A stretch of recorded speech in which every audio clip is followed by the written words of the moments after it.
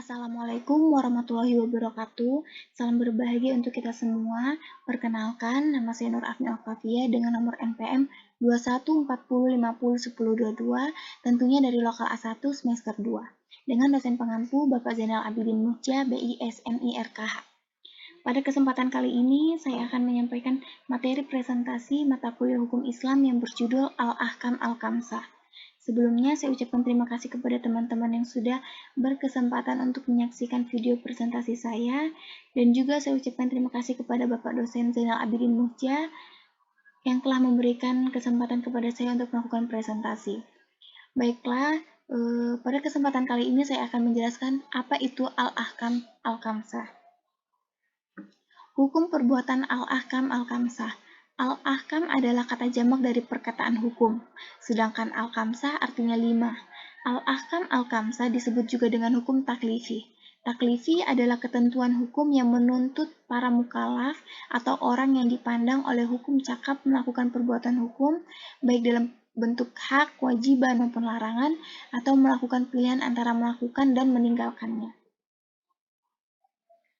Selanjutnya, kelima hukum taklifi. Yang pertama ada wajib atau fardu, yang kedua sunat atau mandub, yang ketiga haram, yang keempat makruh, dan yang terakhir ada mubah. Penjelasan mengenai kelima hukum taklifi. Yang pertama wajib atau fardu. Wajib atau fardu dalam hukum Islam yakni sesuatu yang diperintahkan oleh Allah Subhanahu wa taala kepada manusia mukallaf dengan perintah secara wajib, dengan ketentuan perintah itu dilakukan sesuai dengan yang ditunjukkan untuk mengerjakan kewajibannya.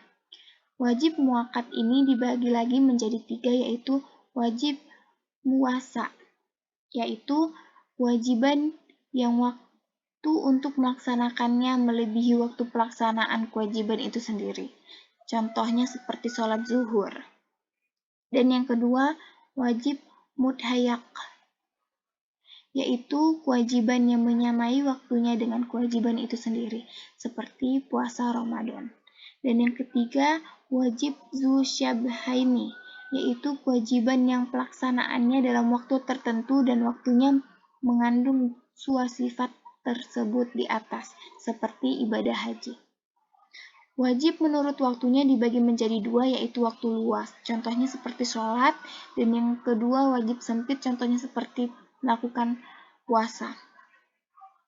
Contoh, perintah berpuasa pada bulan Ramadan, maka puasa adalah wajib karena bentuk yang dijadikan perintah menunjukkan atas kewajiban puasa, di mana Allah Subhanahu wa taala telah berfirman, diwajibkan atas kamu berpuasa. Quran surah Al-Baqarah ayat 183.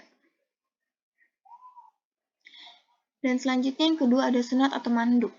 Sesuatu yang diperintahkan oleh syar'i agar dikerjakan oleh mukallaf secara tidak pasti.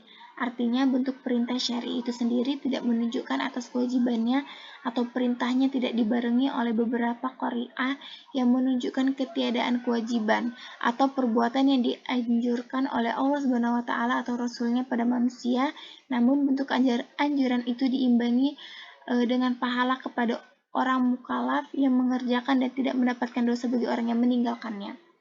Sunnah terbagi menjadi 3. Yang pertama sunnah muakkad, suatu ketentuan hukum Islam yang tidak mengikat tapi penting karena Rasulnya yang senantiasa melakukannya. Contohnya azan.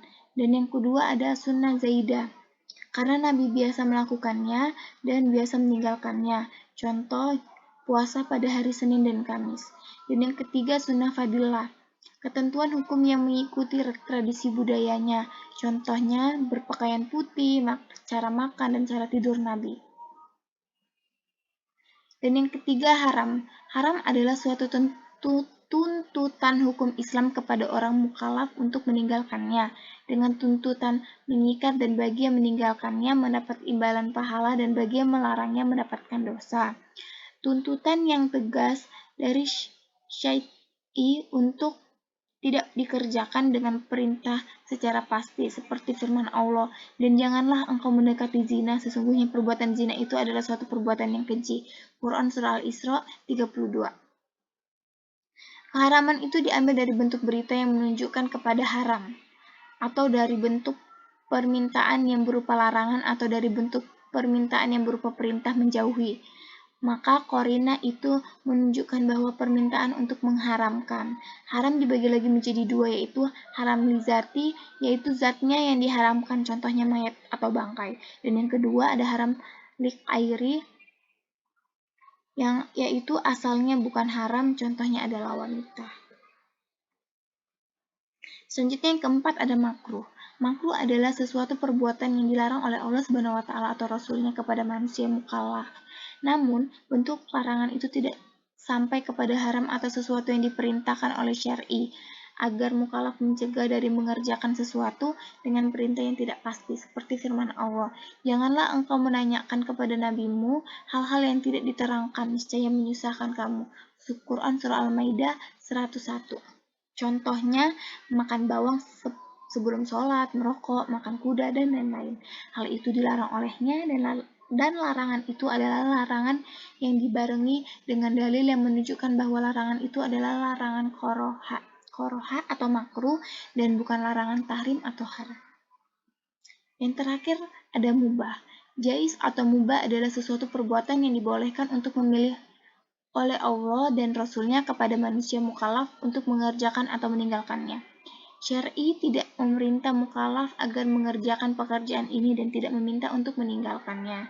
Contoh ketentuan mubah ada 3, yaitu meniadakan dosa bagi suatu perbuatan, mengungkapkan halal bagi suatu perbuatan, tidak ada pernyataan bagi suatu perbuatan. Contoh makan atau tidur saat jam sholat, dan tidak ada dosa bagi meminang wanita-wanita itu dengan sendirian. Quran Surah Al-Baqarah ayat 235. Ruang lingkup Al-Ahkam Al-Khamsah terdiri dari 4. Yang pertama, meliputi seluruh lingkungan hidup dan kehidupan. Yang kedua, lingkungan hidup kesusilaan pribadi. Yang ketiga, hukum taklifi berlaku di ruang lingkup keagamaan yang meliputi semua lingkungan hidup.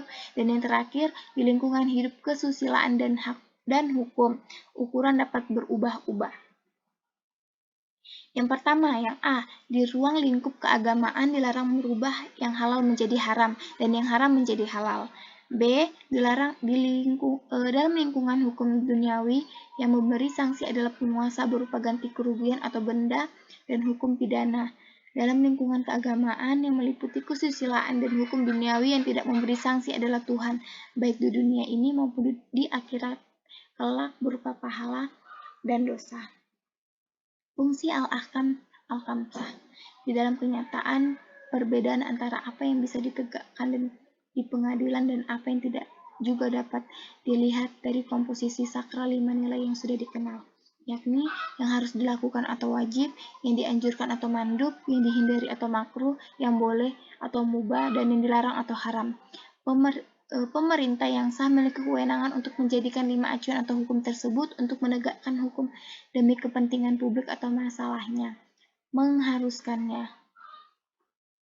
5 penilaian yang disebut norma atau kaidah dalam ajaran Islam yang meliputi seluruh lingkungan hidup dan kehidupan. Maksud utama dari pembagian antara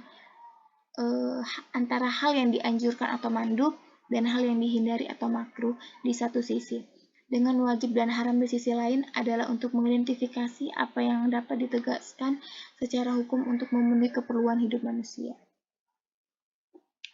Sekian materi yang dapat saya sampaikan. Apabila terdapat kekurangan ataupun kesalahan dalam pengucapan kata, mohon dimaafkan. Wassalamualaikum warahmatullahi wabarakatuh.